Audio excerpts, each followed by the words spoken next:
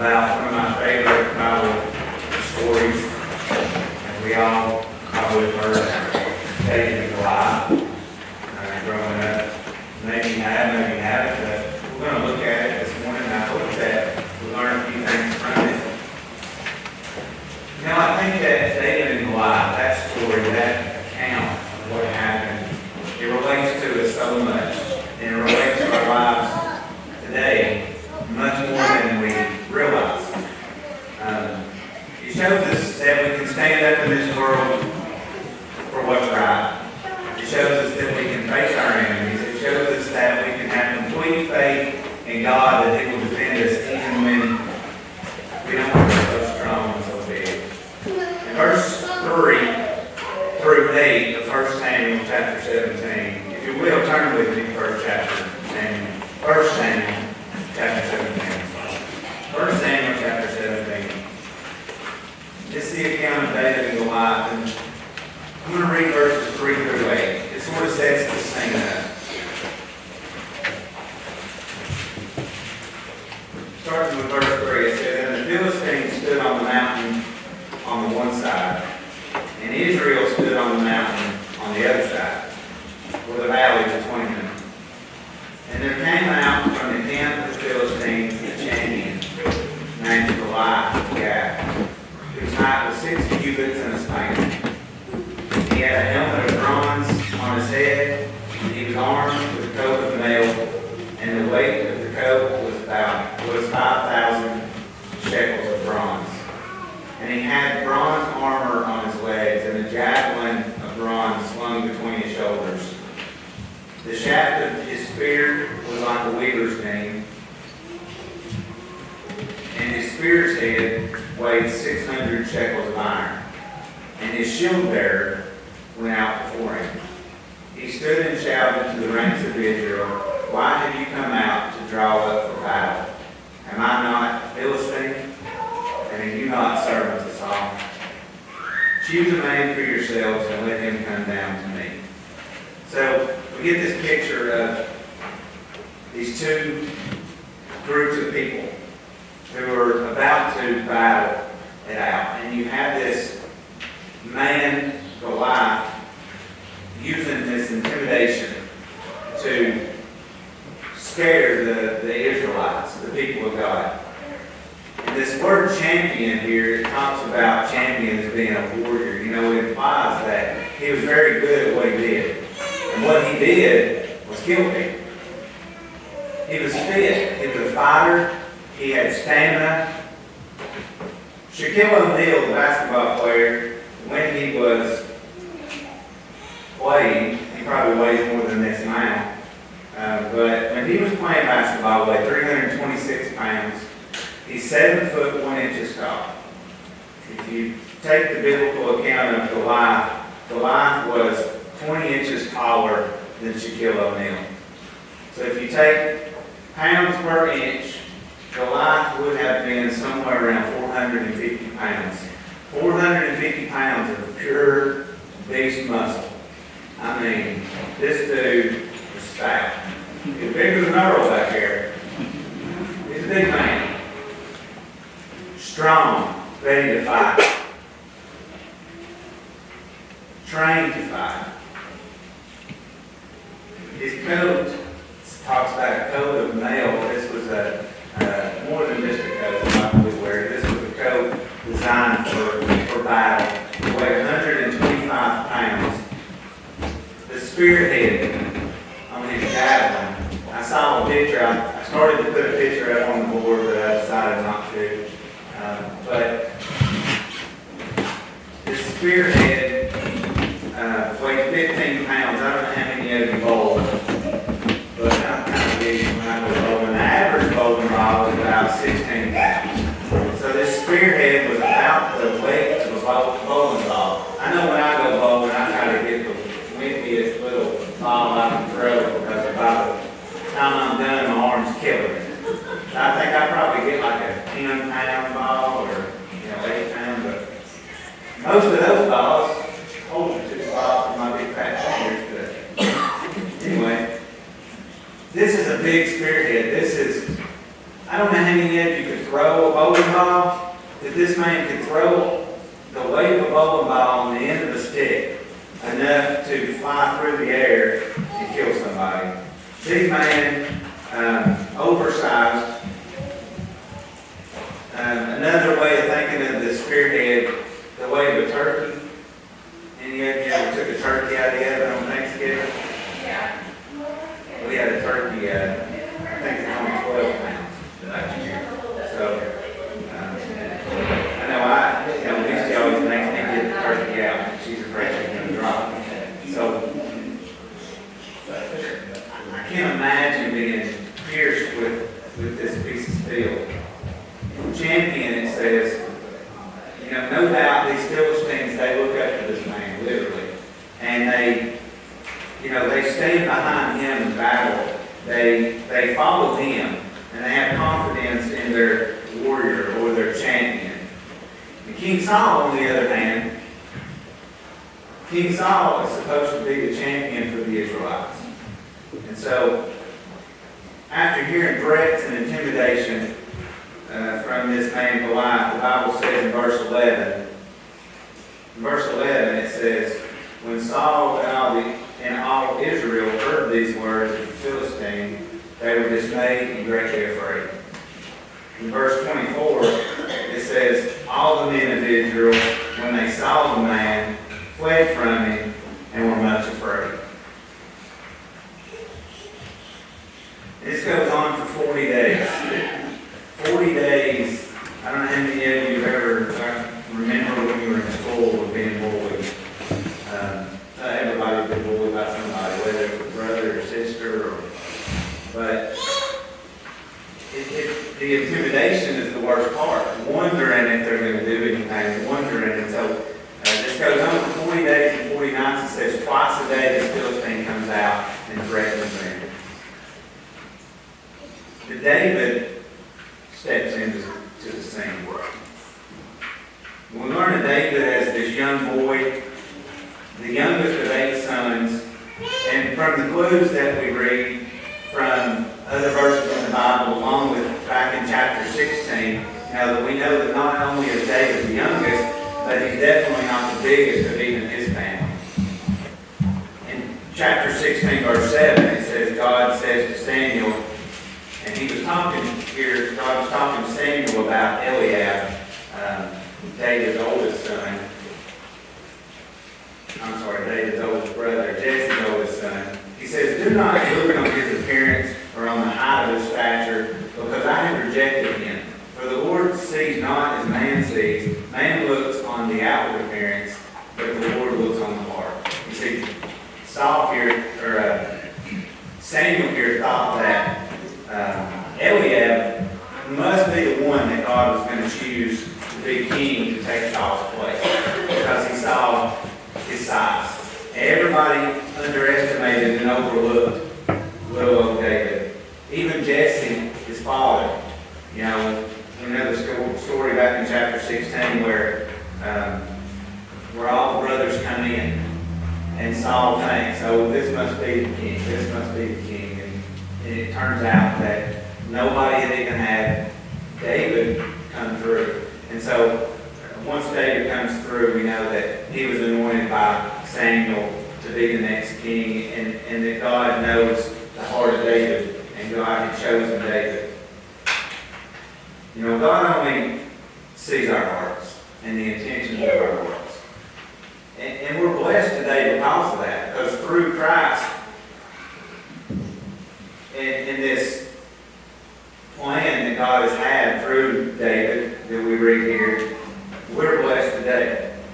And so Jesse here, going back to David and Goliath, Jesse, David's father, sends David out. He sends him out to this battle line, this battlefield. He sends him with food, and he tells him, come back to me with some kind of token. Come back to me with something from your 3 brothers that are away at this war. And I think that we can relate to that those of us that have had family members that go away to war, we work. And so here, not only does Jesse want to support his sons that are off at this war, but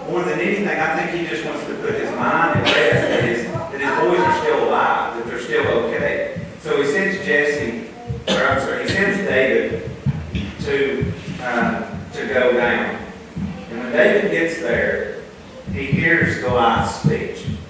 He hears this daily rant from this man Goliath.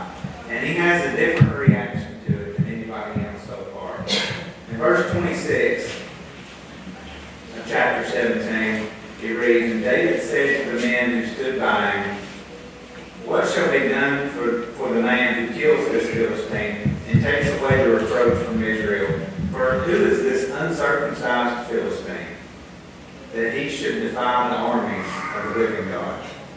You know, David, although he was small, he had absolutely no patience for someone who would blatantly fight against the one true God. He couldn't stand it. And going into this battle, you wonder, was he afraid? We know he had courage, but was he afraid? And I think that he definitely was afraid. He feared, but he had faith. And he didn't let that fear keep him away from standing up what was right against those that could hurt him. Just because he may have been afraid of Goliath didn't mean he was so afraid that he wouldn't stand up. So his brothers, you know, especially the oldest there, they don't believe in him. They think he's a kid. They don't want.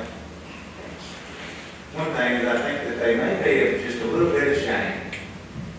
A little old brother coming in, saying and doing what we couldn't do, and what we couldn't say.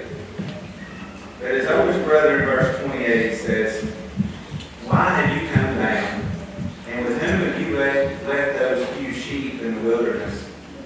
I know your presumption and the evil in of your heart. You've come down to see the battle."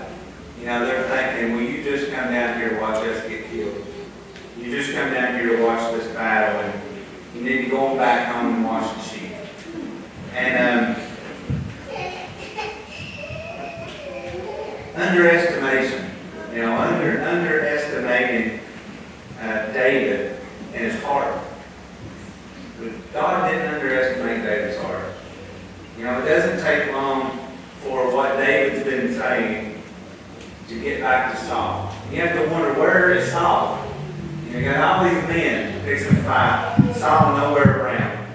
So Saul, along with his cowardness and his lack of faith in God, it kind of like back up against the wall. Or that's so he feels. He had God if he wanted to have God, but with this doubt in his heart, he's up against the wall, and he doesn't know what else to do but send old David out. And so David puts this armor on David, gives him this sword, gives him this chainmail and the helmet and the boots. And it says that David tried to walk out and he couldn't. It said that he went in vain. This little boy could not even carry the armor of what a true soldier should be, and he had to take it off. You know, he couldn't carry these weapons and these man-made senses of security, the things that are supposed to make you ready for battle. He couldn't carry it. And so in verse 39, we read that he could not go out.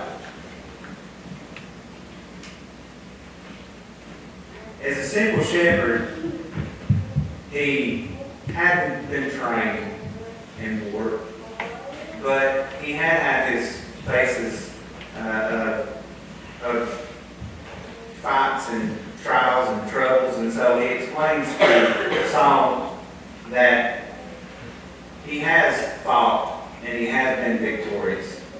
In verse 35 and 36, he says, "Your servant used to keep sheep for his father.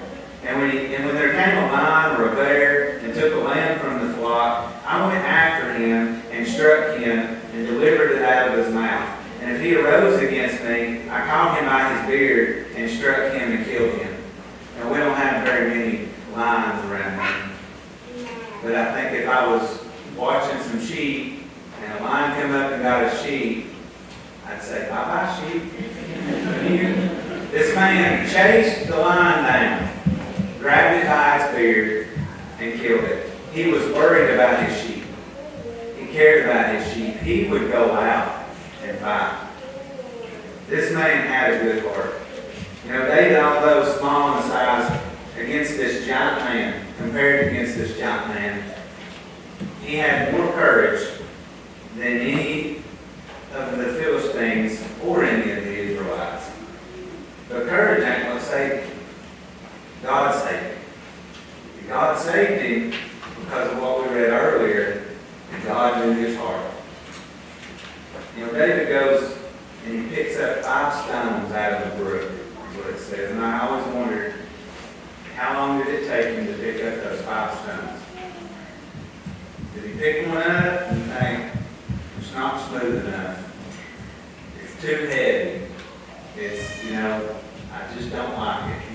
He picks out 5 stones. Maybe God was there with him, helping him pick those 5 stones. I always wondered, why did he not pick 20? You know, maybe he thought, that's too heavy for my satchel, or my, I think because of the pouch. Why didn't he just pick one? We know he just used one. Why not just one? You know, we don't really know. And David, I don't think knew what he was getting into either. David knew that God was with him. David knew that God would keep him safe. But you know, what if he would have missed that first shot and hit him with the second? That still would have been God with him, right? And so he picks out these 5 stones, he puts them in his pouch. And from verse 43 to 47, David and Goliath, they sort of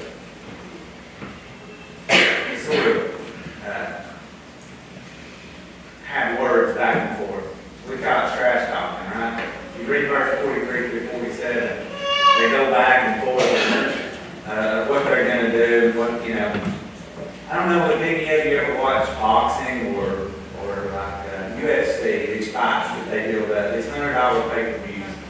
Well, one of the things that they want to do is they want to build it up that these guys are really into it and just want to just kill each other, right? Because that'll sell more tickets.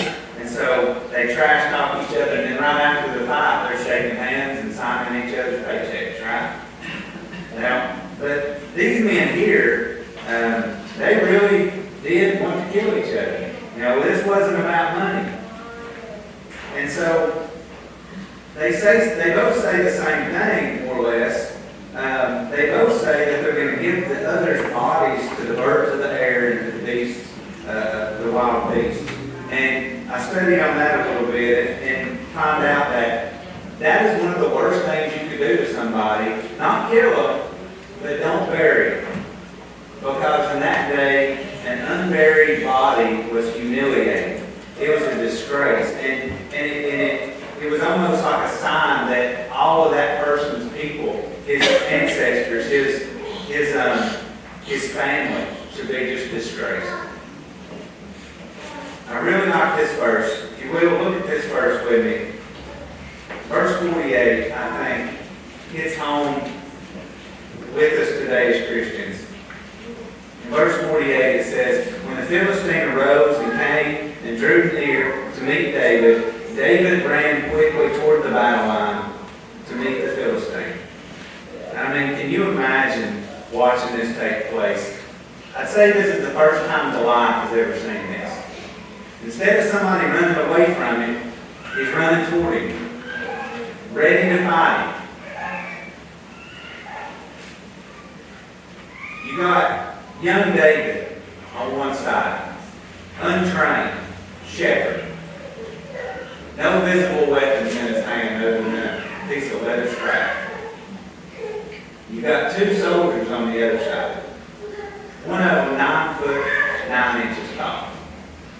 You got a shield bearer in front of him. This shield that this shield bearer would carry sometimes would be as tall as a normal man. It wasn't like a shield that you may think. This was a tall shield. This was a shield that would go out before the champion, before the warrior, as a first line of defense. It was common in that day. I don't think David himself probably could have even carried that shield.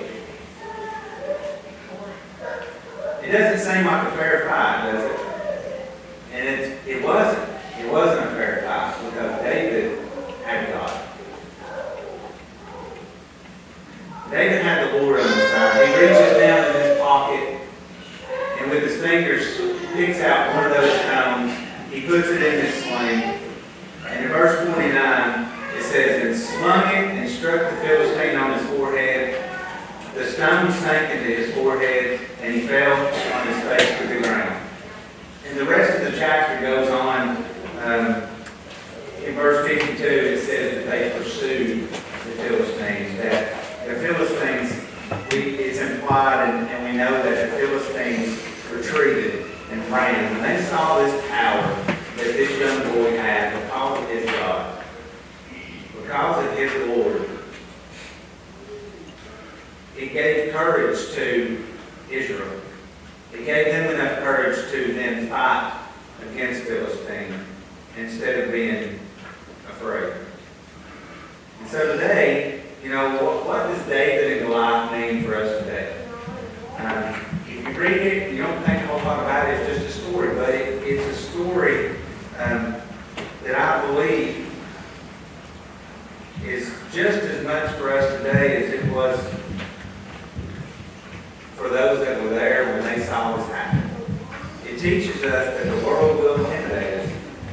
There will be those in this world that blatantly go against God, go against Christianity. The world will always have the lies that just love to intimidate, make fun of, make us fearful, and they love to use that fear for nothing else other than make themselves feel good and make us question God. This world, depending on what year it is and where you are at in it, depending on where you live, there are always going to be threats against God's people and their beliefs. Satan and sin, it will scare us. It will try to scare us physically, emotionally, socially, in whatever way it can. We must remain faithful. And I think we have to rely on the Lord to give us the aim. That aim, just like He gave David.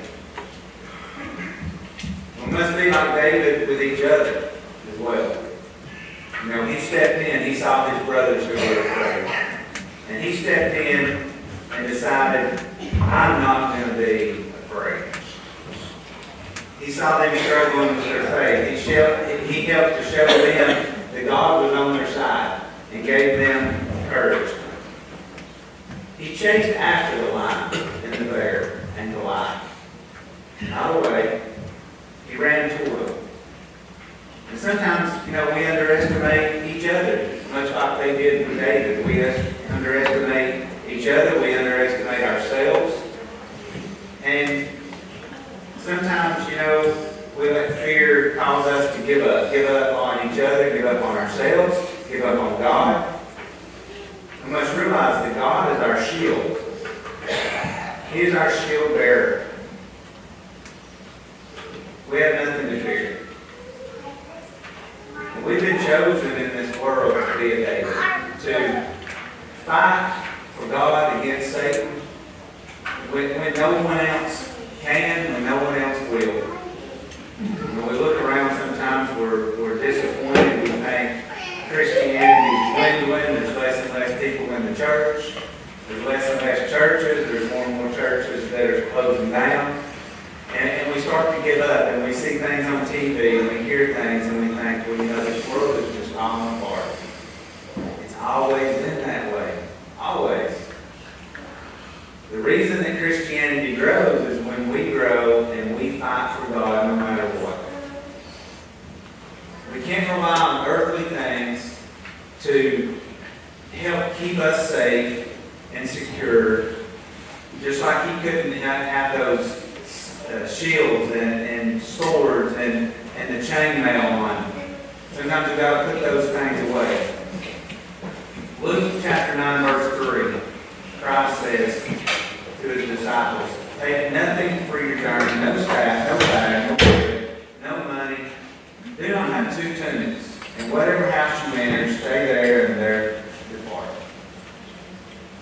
put our faith in God, put our faith in Christ, and that no matter what happens, no matter how much that Goliath might be in front of us, how big he is, or how much he can hurt us, we stay with God. God's on our side of that battle line. We don't know, much like David, what that fight's going to be like. I don't think David knew God's going to let me get him first shot. First shot, I don't need more than one stone because God's going to, he wouldn't have picked 5. He didn't know exactly what that fight was going to be like. We don't know what the fight's going to be like at this point. We don't know what kind of struggles that Christianity faces today, everywhere. We don't know what kind of struggles that Christianity is going to face here in America tomorrow. We don't know. But we must run toward the light. Face Him. Not like the Israelites who were in verse 11, dismayed and afraid. This morning, as fear carried you away, have you been obedient to God in His will? Have you let fear keep you from the battle line? Now, God wants you to stand up for Him. He's on your side, you're on His side. He will shield you, and you can make it right with God, whatever your need is today. I want to read verses 10 through 18 of Ephesians chapter 6 before we close, and then we'll sing the invitation song. Ephesians chapter 6, 10 through 18. Finally, be strong in the Lord and in the strength of His might. Put on the whole armor of God, that you may be able to stand against the schemes of the devil. For we do not wrestle against flesh and blood, but against the rulers, against the authorities, against the cosmic powers over this present darkness, against the spiritual forces of evil in the heavenly places.